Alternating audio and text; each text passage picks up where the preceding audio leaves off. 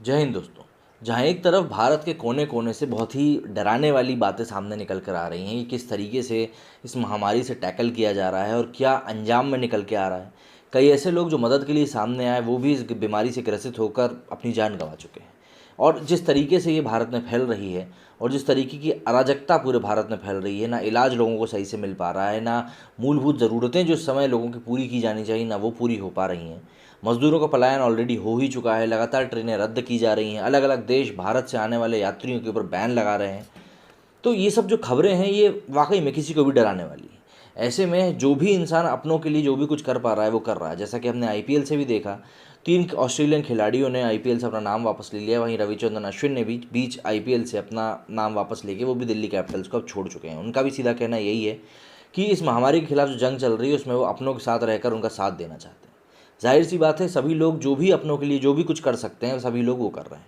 लेकिन इस बीच एक ऐसी खबर भी सामने आई है जो शायद सुन के आपको गुस्सा आए या फिर आपको ऐसा लगे कि चलो ठीक है, क्योंकि अभी इस समय जिस तरीके से लोग रिएक्ट कर रहे हैं उसके लिए आप किसी को भी जज नहीं कर सकते। लेकिन हाँ, एक बात है, जिसके पास जितना भी पैसा है, जितनी भी रिसोर्सेज मौजूद हैं, जितने भी सोर्सेज मौजूद हैं, उसके हिसाब से हर कोई अपनों को बचाने में लगा हुआ है। जैसे किसी के पास पैसे हैं तो वो हॉस्पिटल का बेड अफोर्ड कर पा रहा है, कोई नहीं कर पा रहा है तो कोई दवाइयाँ अफोर्ड नहीं कर पा रहा है, कोई ऑक्सीजन सिलेंडर अरेंज नहीं कर पा रहा है। तो इस तरीके से कई सारी बातें हैं जो निकल के सामने आ रही हैं। लेकिन इस समय जो सबसे बड़ी बात निकल कर सामने आई है, हिंदुस्तान टाइम्स की एक रिपोर्ट के अनुसार, कि कई सारे ऐसे भारतीय हैं जो कि काफ़ी अमीर हैं, पैसे वाले हैं, वो लोग भारत को लगातार छोड़ के जा रहे हैं। देखिए, ट्रैवल तो बैन हो ही चुका है, ऐसे में अब ये लोग प्राइवेट जेट्स करके दुबई जा रहे हैं, कनाडा जा रहे हैं, हांगकांग जा रहे हैं, मतलब बाहर के देशों में जा रहे हैं। सीधे सीधे तौर पर अगर कहें कि भारत छोड़ के, भारत से भाग के जा रहे हैं, क्योंकि भारत की कंडीशन अभी कुछ ऐसी हो चुकी है कि आप समझ नहीं सकते कि ये जो पूरी चीज़ फैली हुई है भारत में, ये आखिर कब ख़त्म होगी। ऐसे में लोगों का पैनिक होना लाजमी सी बात है। और जो इंसान जितने पैसे वाला है, जो चीज़ अफोर्ड कर सकता है, वो चीज़ कर रहा है। कुछ लोग हैं जो शहर से छोड़कर दूसरे शहर जाते हैं, और कुछ लोग ऐसे भी हैं जो ये देश छोड़कर दूसरे देश जा रहे हैं। और कई सारी खबरें हैं जो कि ऐसी सामने आ रही हैं, सिर्फ एक या दो खबरें नहीं हैं। इंडिया में पिछले कुछ दिनों में 3,52,000 नए इन्फेक्शन जो थे वो सामने आए थे। और एक दूसरी रिपोर्ट के अनुसार जब से ट्रैवल बैन लगा है उसके बाद से Canada, Hong Kong, United Arab Emirates और यूके की तरफ जाने वाली कुछ आधा दर्जन से भी ज़्यादा जो फ़्लाइट्स हैं वो बढ़ गई थी, उनके ऊपर बुकिंग बढ़ गई थी। और लोग जो थे यहाँ तक आ गए थे कि प्राइवेट जेट्स तक करके जा रहे थे।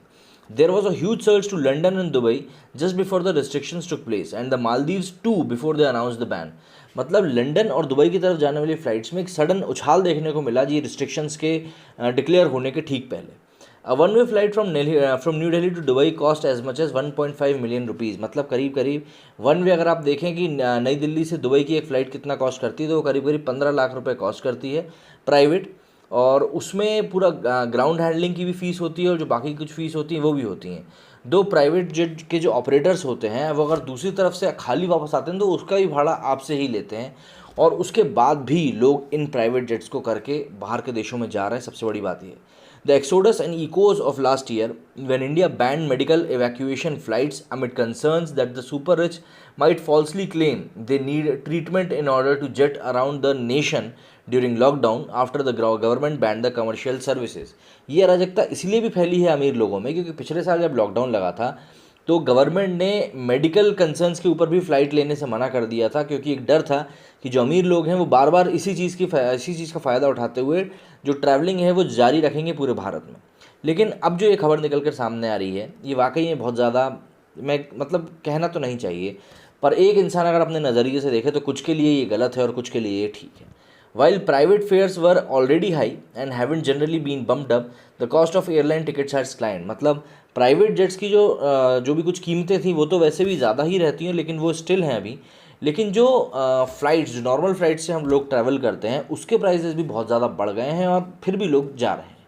अब देखना होगा कि ये जो स्थिति भारत में भी उत्पन्न हुई है ये कितनी जल्दी या कब ख़त्म होती है, क्योंकि लोगों में, चाहे वो अमीर हो या गरीब हो, एक पैनिक की कंडीशन तो ज़रूर क्रिएट हो रही है। मेरे स्टूडियो में फ़िलहाल इतना ही। जय हिंद, जय भारत।